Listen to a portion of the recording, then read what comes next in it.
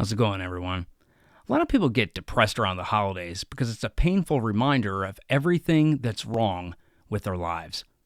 Then you got New Year's Eve coming around, reminding people that another year is down the drain, and despite people's best efforts, not that much has changed in their lives for the better. And don't you hate getting together with people over the holidays when you're broke? You've got everyone asking you, so what do you got going on in your life? And you're just like, well, just working a lot. That's another scenario lots of people find themselves in. But my holidays were crummy for different reasons. On Thanksgiving, lots of snow was forecasted from my family's town where we were getting together, which is 2 hours away, driving under the best of conditions, so I didn't go. I got together with them for Christmas, but by the next day, my 79-year-old stepfather that I was with was diagnosed with a bad case of COVID, where he's been bedridden and is unable to do much beyond sleeping, and was experiencing fever, chills, muscle aches, coughing, runny nose, and doesn't feel like eating, so now I'm wondering if I'm going to come down with it next, as my mother and half-brother did a day after my stepdad did. I can't imagine my stepdad got it from me, as for years, before I go to visit with my family who are getting up there age-wise, I always take a COVID test prior to going to be on the safe side, plus I've barely been around anyone in recent weeks, for better or for worse.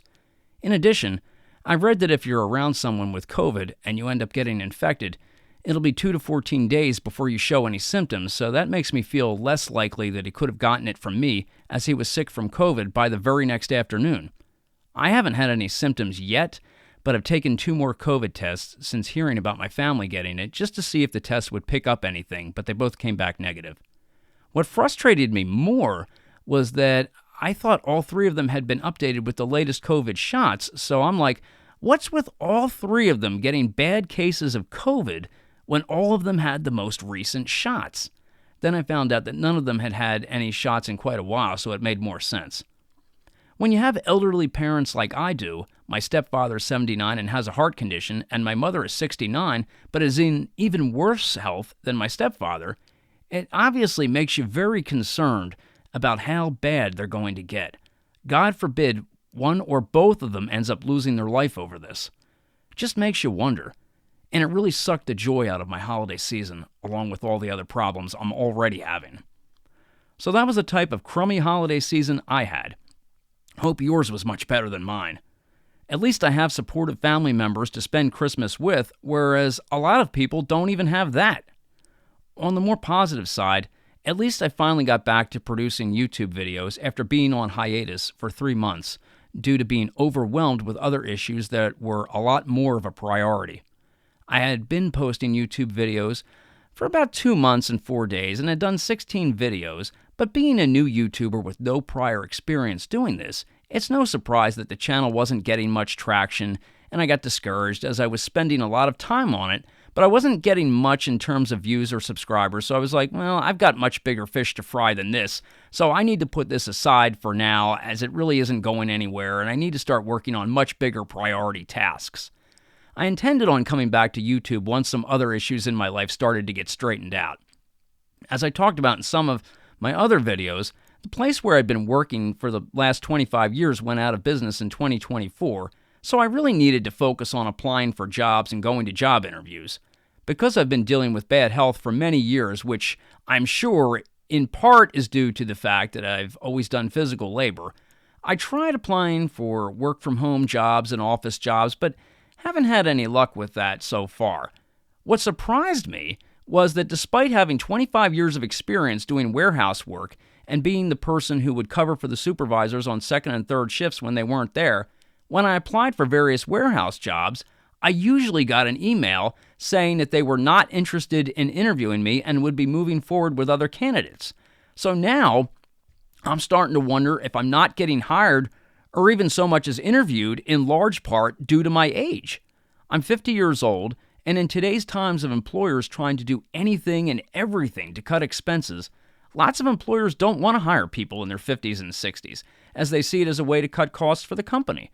They may figure if they hire someone much younger, then they can pay them a lower hourly rate because the person has less experience. For example, I recently interviewed for a warehouse job where I had to interview with 7 people, and they said that I sold myself very well as to why I'd be a very valued team member, and said they couldn't tell me right off the bat what my hourly pay would be. That would be up to the human resources department, who would calculate it based on how many years of prior experience I had doing this type of work, and they said that human resources would give me credit for having 25 years prior experience. Then about a month later, I got an email saying they hired somebody else.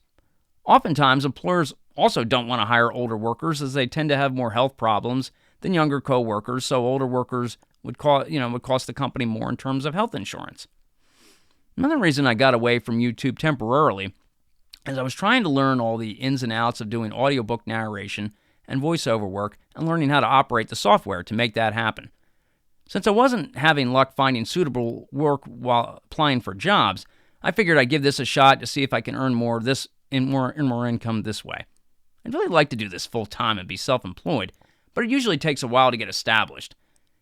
It's been an adventure learning all this, but it's been overwhelming. And as the more you learn, the more you find out, you don't know and have yet to learn.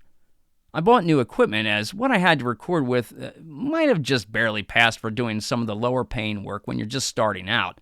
But as you get more experienced and want to get some of the higher paying jobs, lots of the people looking to hire people to do voiceover work won't even talk to you if you're not using certain types of equipment. I figure I'll make some videos documenting what kind of luck I'm having with this and some of the things I'm learning that may help you if you're considering going into something similar yourself. Also, seems like I always have some type of creative project going on, so even though I wasn't making YouTube videos, I was working on a movie series with the very attractive lady that was in the first video of the channel. When working on a sequel to a movie we did together in 2023. Unfortunately, if I put the work we did on YouTube, I'd get kicked off the website as they're ugly, racy films. We've talked about selling them possibly in the future, but I haven't gotten that far yet.